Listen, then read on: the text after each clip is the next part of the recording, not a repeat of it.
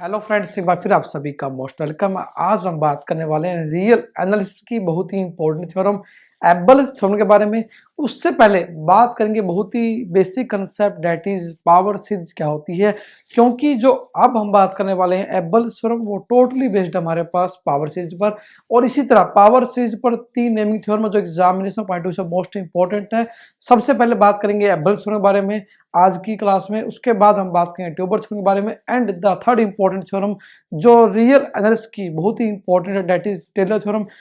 हर बार एग्जाम में इन तीन में से एक थ्योरम एग्जाम में ऑलमोस्ट हर बार पूछी जाती है, तो इससे पता चलता है कि इस थ्योरम कितनी ज्यादा इंपॉर्टेंस है एग्जामिनेशन पॉइंट ऑफ व्यू से। तो ये बात करते हैं, स्टार्ट करते हैं आज की क्लास को। आप सभी सब डेफिनेशन ऑफ पावर सीरीज क्या होती है एंड कैसे पावर सीरीज कंसेप्ट से एबल थ्योरम तक हम चलने वाले हैं, आइए बात करते हैं। तो सबसे पहले यदि बात करें हमारे पास, हम बात करेंगे पावर सीरीज के बारे में। हमारे पास एक सीक्वेंस गिवन है, हमारे पास लेट, यदि मान लेते हैं हमारे पास लेट Cn कोई भी सीक्वेंस है, बी एनी सीक्वेंस, Cn कोई भी सीक्वेंस हमारे पास। हम बात करें डेफिनेशन ऑफ पावर के बारे में, हमारे पास Cn को सीक्वेंस हमारे पास कॉम्प्लेक्स नंबर्स की और कॉम्प्लेक्स नंबर, Cn कोई सीक्वेंस हमारे पास कॉम्प्लेक्स नंबर की हमारे पास, एंड Z कोई कॉम्प्लेक्स नंबर है हमारे पास, एंड Z कोई भी कॉम्प्लेक्स नंबर है, be any complex number, Z कोई कॉम्प्लेक्स नंबर है। यदि हमारे पास, यदि बात करें हमारे पास सीरीज के बारे में, देन द सीरीज लाइक, क्या हमारे पास series summation Cn Z raise to power n की वैल्यू 0 से लेकर infinity, it is called power series. इसे क्या बोलते हैं हमारे पास, it is called power series, जहां पर C1 C2 all are the complex numbers, Z is also complex number. The series of the type summation n की वैल्यू 0 से infinity Cn Z raise to power n, it is called power series. The most important concept जो हम इसी पे बात करेंगे that is it is called power series. क्या बोलेंगे, पावर सीरीज, इसे बोलते हैं पावर सीरीज। इसी तरह यदि बात करें हमारे पास, आज हम बात करने वाले हैं बहुत ही इंपॉर्टेंट थ्योरम जिसके प्रूफ के बारे में बात करने वाले हैं दैट इज एबल्स थ्योरम। जी हाँ, आज हम बात करेंगे एबल्स थ्योरम के प्रूफ के बारे में, that is very very important part जो हम बात करेंगे, that is Abel's theorem. Abel's theorem हमारे पास, पहले बात करें स्टेटमेंट के बारे में, then we are going to prove this theorem very easily. तो सबसे पहले हमारे पास इसकी स्टेटमेंट हमारे पास क्या कहती है, लेट, हमारे पास कोई पावर गिवन है, let summation an x raise to power n, n की वैल्यू से लेकर इंफिनिटी, हमारे पास कोई भी पावर सीरीज हमारे पास, be a power series, be a power series, हमारे पास पावर सीरीज गिवन हमारे पास with unit radius of convergence, with unit radius of convergence, and हमारे पास क्या गिवन है, लेट कर लिया हमारे पास जो पावर सीरीज हमारे पास, it is equal to function f x के इक्वल हमारे पास, let f x equal to क्या हमारे पास समेशन एन की वैल्यू से लेकर infinity a n x raise to power n हमने मान लिया हमारे पास, it is the power series हमारे पास है। If the series a n converges, यदि हमारे पास सीरीज जो कोफिशिएंट की कन्वर्ज करती है, if the series summation A n converges, यदि जो कोफिशिएंट हमारे पास a naught a one a two जो थे हमारे पास, इनका सम यदि कन्वर्ज करता है हमारे पास, देन हमें प्रूव करना है in case of Abel theorem की limit x tends to 1 negative,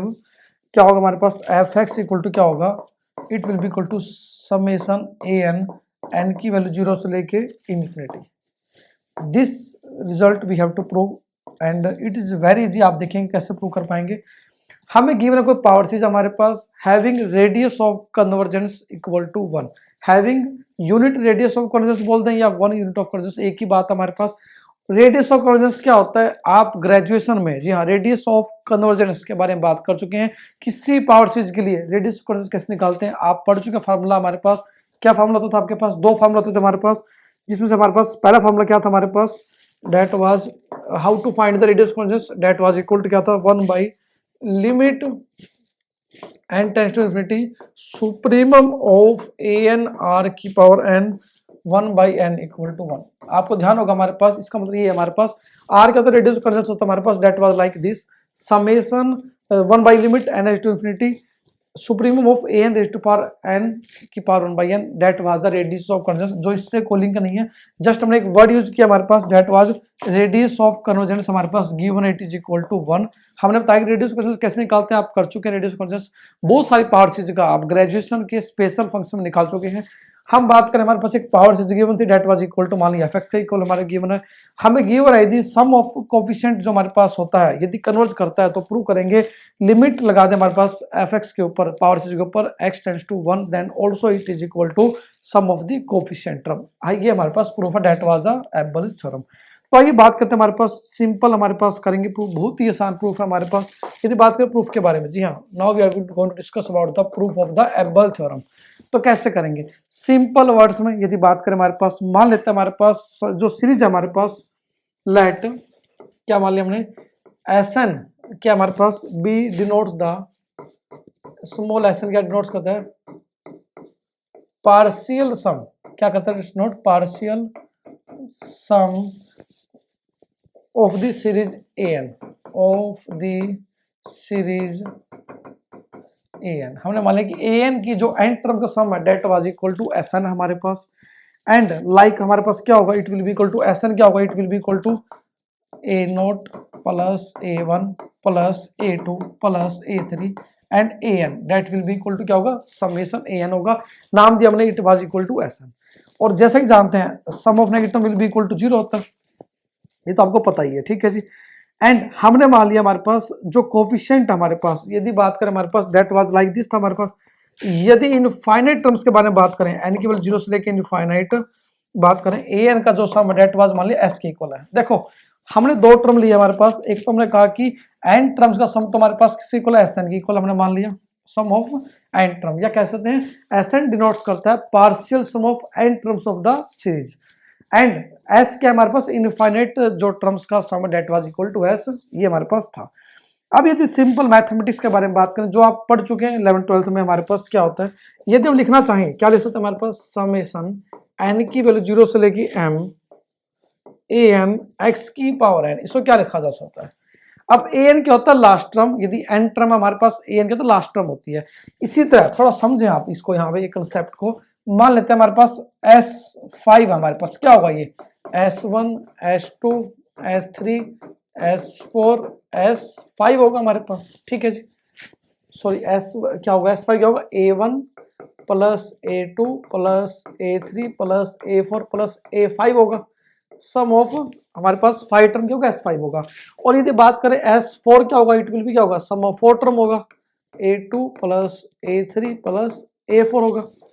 अब यदि आप सोचें इन दोनों को सब्ट्रैक्ट करें व्हाट वी गेट, हमारे पास सब्ट्रैक्ट करें तो क्या होगा व्हाट वी गेट, यहाँ पे क्या आएगा